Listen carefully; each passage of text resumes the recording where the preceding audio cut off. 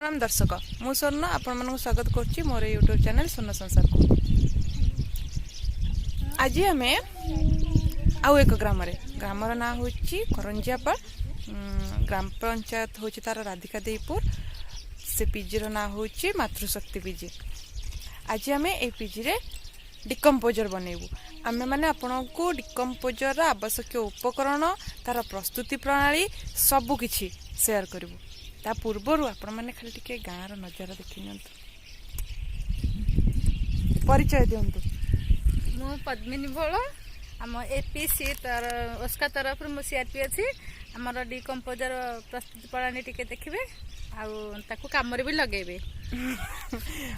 एबे देखि दियंतु गाँव नजारा केडे सुंदर ग्रामटी लोक नाहंती चढ़ेईर खाली राब शुआ जाउछि। चलतु एबे आगु को बढ़िया एवं देखिबा गाँव मनोरम दृश्य। मैं जानी माने वीडियो ठीक से आसी पड़छि कि नहीं बट बहुत सुंदर है। पद्मिनी दीरा को एरिया एटा हमर टमका हुडी एटा देखो टमका हुडीटा एटा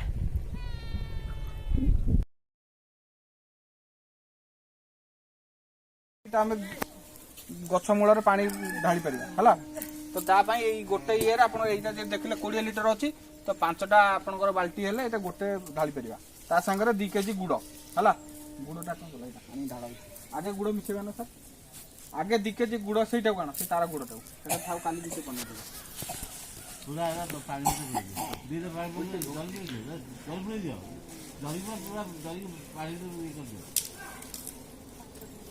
दरकार नहीं 3टा जरी पछिला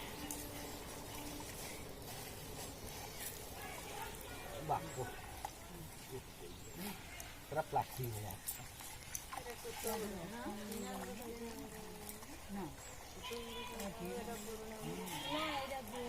एटा आपन को गोटे बने के दे गला आपन एइथरु सब बनै परियो आ दरकार नहीं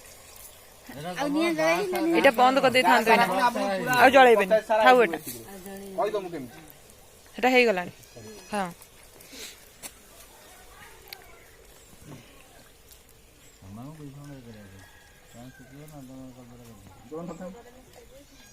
खोली दियो पूरा दा देखो तो केमती खिया कि देखुनो देखो केमती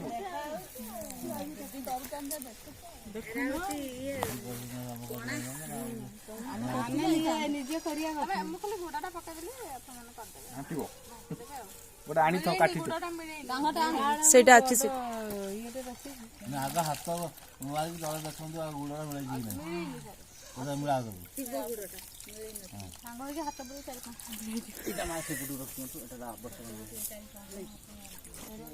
जेतल बड़ जगह रे कदे कम करिवे गोटे कंसा रे नै जे पानी कंसा आगे गुडा मिसे गुडा गुळे देबे एटा कन छोटो जगह रे 5 सेटी की पानी मिसिबो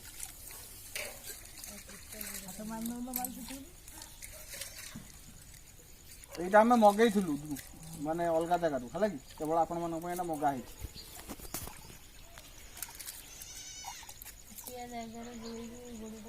बस हां और बढ़िया ढाल देला तापर गोटे बाजी पूरे घोळे देला हला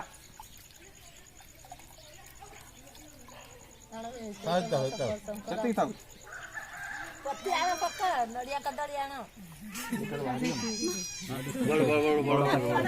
बड़ा करी के डिकम्पोज एटा तळा हमें बाहर करबा हमर कोनोसी अंग जमिति न लागे रहले एथरे किछ हाथ लागे अणुजीव रहउचंदी जोटा आपण 10 कोटी अछंदी अणुजीव जोटा आपण माटी रे पहिले आपण सार अंशटा को बढ़ा हाथ लागले एटा मरि जिवे गछटा जो खाद्य निए हां बाहर तो माटी रे किछ जीवाणु थांदे जो खाद्य दे गछ ना बाहर कर दवा फल रे औषध दवा फल जीवाणु देखंतु एई पटको आसंतु तो एटा को देले से जीवाणु संख्या बढ़ी जिवो ता सहित गछ रोग प्रतिरोधक शक्ति बढ़िवो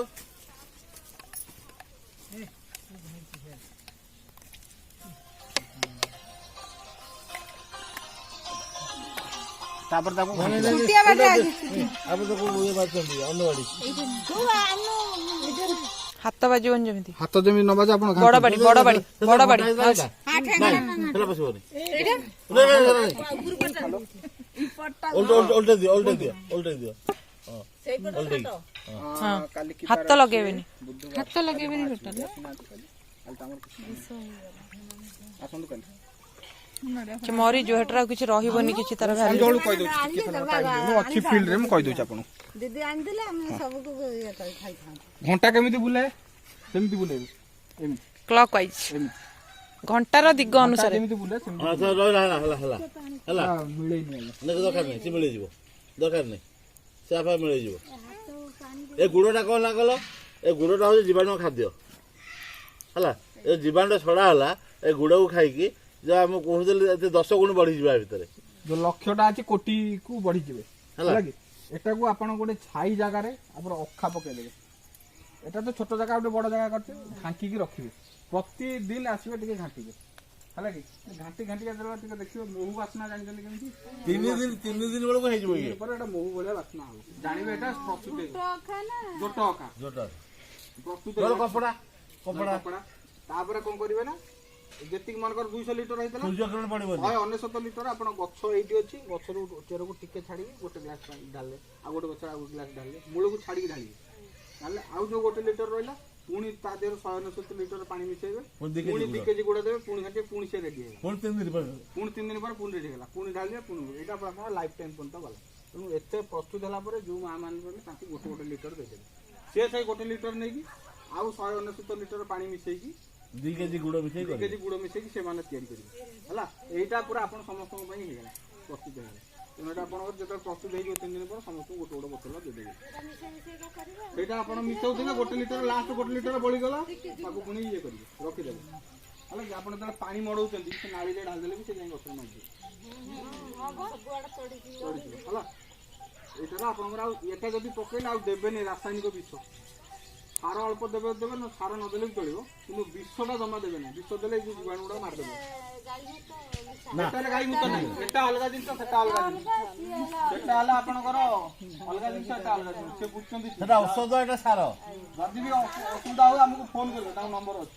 ଭୁଲ ଭାଲ ଜିନିଷ କରିବେ ନହେଲେ ଗଛ ବଞ୍ଚିବା ଜାଗାରେ ମରିଯିବ।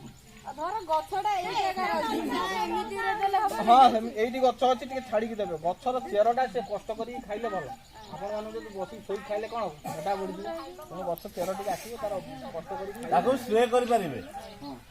ତାକୁ ସ୍ପ୍ରେ କରିପାରିବେ। ସ୍ପ୍ରେ କରିପାରିବେ। ମୂଳକୁ ଟିକେ ଦେବେ। ସ୍ପ୍ରେ କରିଦେଲେ ମୂଳକୁ ଟିକେ ଦେଇଦେଲେ ପୁଣି ଟିକେ ସ୍ପ୍ରେ କରିଦେଲେ ପୁଣି ଟିକେ ମୂଳକୁ ଦେଇଦେଲେ ଭଲ ହବ।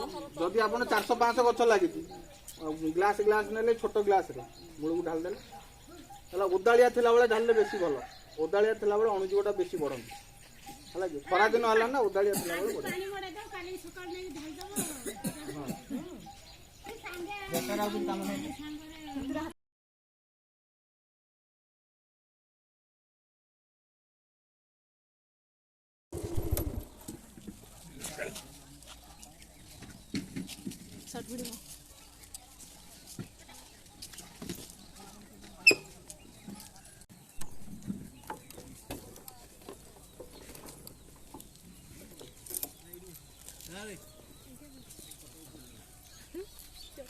ଏହି ପାହାଡ଼ଟା